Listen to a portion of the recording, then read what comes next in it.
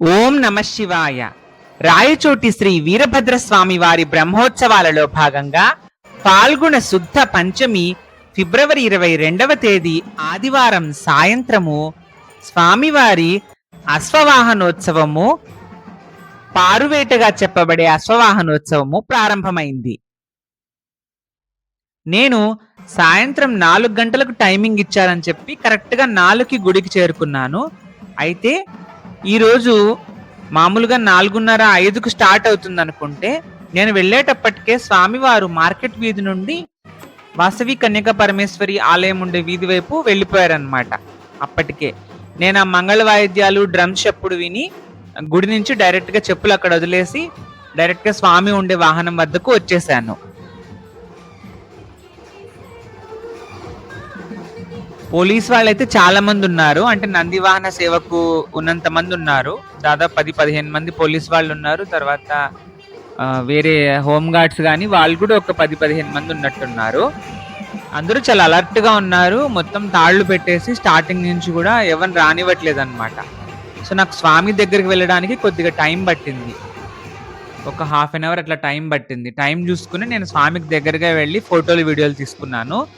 తర్వాత మళ్ళీ రథం దగ్గరే ఉన్నాను. రథం వెనుకలు తోసే దగ్గరే ఉన్నాను అనమాట చివరి వరకు.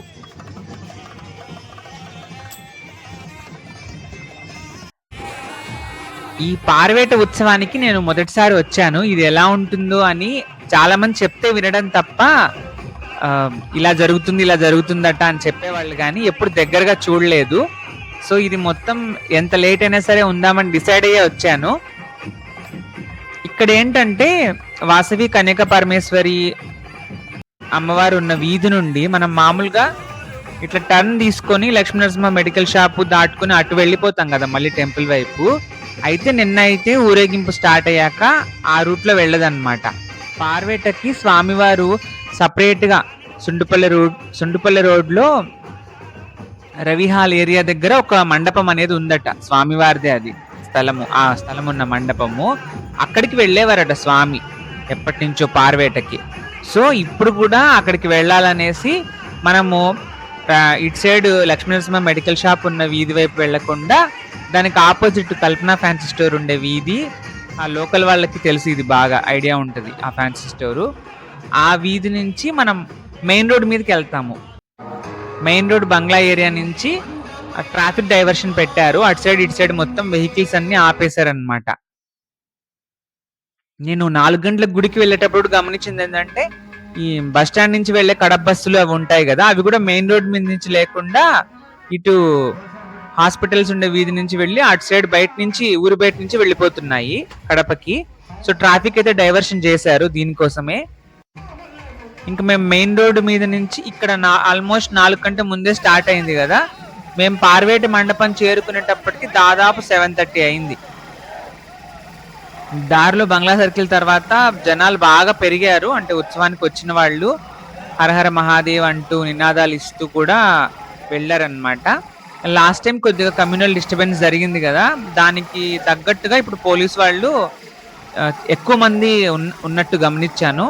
వాళ్ళైతే చాలా స్ట్రిక్ట్గా అటువైపు ఉన్న వాళ్ళని ఇటువైపు రానివ్వకుండా ట్రాఫిక్ డైవర్ట్ చేయడం కానీ, అలాగే వాళ్ళకి ప్రార్థనలు చేసుకునే వాళ్ళకి ఇబ్బంది లేకుండా రంజాన్ ప్రార్థనలకి దాని తగ్గట్టు టైమింగ్ అనేది సెట్ చేశారు. రెండు ఒకటేసారి క్లాష్ అవ్వకుండా.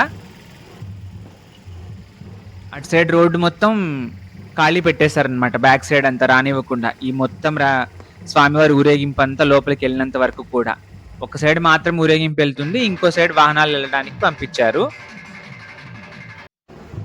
ఇంకా అలా సాయంత్రం అయింది. సాయంత్రం అవ్వగానే ఇంకా లైటింగ్ అంతా ఆన్ చేశారు. ఆ లైటింగ్, ఆ గొడుగులు పట్టుకునే లైటింగ్ అవి చూసినప్పుడు చాలా బాగుందన్నమాట. అదంతా డెకరేషన్ అవన్నీ ఆన్ చేశాక ముందు వైపు డీజే, ఇంకా డ్యాన్స్ చేసేవాళ్ళు, నృత్యాలు చేసేవాళ్ళు వెళ్తున్నారు. మేము స్వామితో పాటు వస్తున్నాం అన్నమాట ముందుకి. చాలా స్లోగా వెళ్తుంది ఇది మొత్తం ప్రాసెస్ అంతా. అంటే వాళ్ళు ముందర ప్రదర్శన చేసే వాళ్ళకి టైం పడుతుంది కదా, వాళ్ళు ప్రదర్శన చేయడము, తర్వాత మళ్ళీ ఒక 5 మినిట్స్ వెహికల్ ముందుకు వెళ్ళడము, అప్పుడు స్వామి కొద్దిసేపు కదలడము, మళ్ళీ ఆగడము. ఇక్కడ మీరు స్వామివారి విగ్రహాన్ని గమనిస్తే ఇంతకుముందు అన్ని వాహనాలకి స్వామి అమ్మవార్లు పక్క పక్కనే ఉంటారనమాట. అయితే ఈ వాహనంలో ఏంటంటే స్వామివారు ఒక్కరే అశ్వవాహనం మీద ఉన్నట్టు, అమ్మవారు భద్రకాళి అమ్మవారు పక్కన కూర్చున్నట్టు ఉంది ఆ డెకరేషన్ అనేది. డెకరేషన్ కూడా చాలా బాగుంది. మిగతా రోజులతో పోలిస్తే ఈరోజు చాలా డిఫరెంట్ గా ఉంది. స్వామివారు అయితే ఫుల్ వైట్ క్లోత్స్ లో అంటే తెల్లని బట్టలు, ఆ ఆభరణాలు అన్ని పెట్టుకొని, చేతిలో ఆ చెలాకోడ్ అంటాం కదా అలాంటిది పట్టుకొని, కత్తి కూడా దగ్గర పెట్టుకొని వేటకెళ్తున్నారు కదా, కత్తి కూడా దగ్గర ఉంటుంది. ఆ చెలాకోడ్ పట్టుకొని గుర్రం నడుపుతున్నట్టు, స్వామి గుర్రం మీద ఉన్నట్టు, అమ్మవారు చిన్నగా పక్కన ఉన్నట్టు పెట్టారు అది.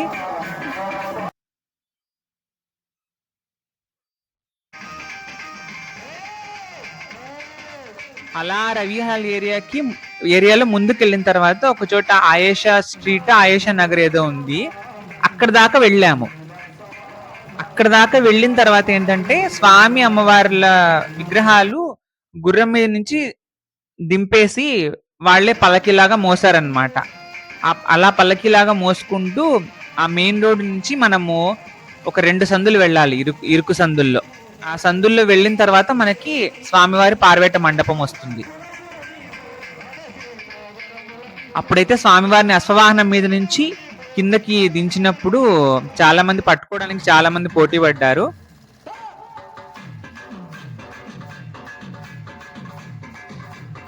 అలా నృత్యాలు అవి చూసుకుంటూ ఆ స్వామివారు ఉండే రథాన్ని అలా తోసుకుంటూ, అశ్వవాహనం ఉన్న రథాన్ని.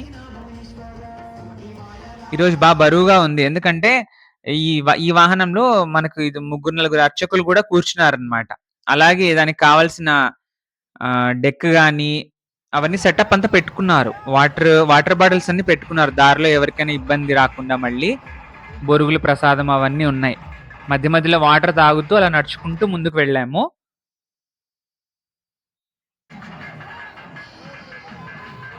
అలా స్వామి అమ్మవార్ల ఉత్సవ విగ్రహాలను దింపుకున్నారనమాట. అశ్వవాహనాన్ని ఒక చోట పక్కన పెట్టేస్తారు పార్కింగ్ చేసినట్టు. ఎందుకంటే స్వామి అమ్మవారు ఇప్పుడు లోపలికి వెళ్తున్నారు.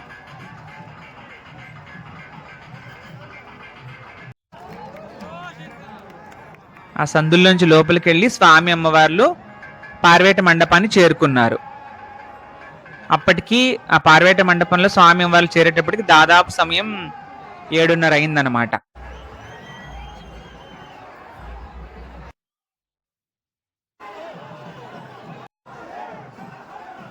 అక్కడ కూడా దారిలో ఖర్జూరాలు, అరటిపళ్ళు అలా పంచేవాళ్ళు ఉన్నారు. అలా స్వామి అమ్మవార్లు పార్వేట మండపానికి చేరుకున్న తర్వాత అక్కడ ఏం జరిగింది అనే విశేషాలని ఇంకో వీడియోలో చెప్తాను. ఈ వీడియో మీకు నచ్చితే లైక్ చేసి షేర్ చేయండి. మీ అభిప్రాయాన్ని కామెంట్ సెక్షన్లో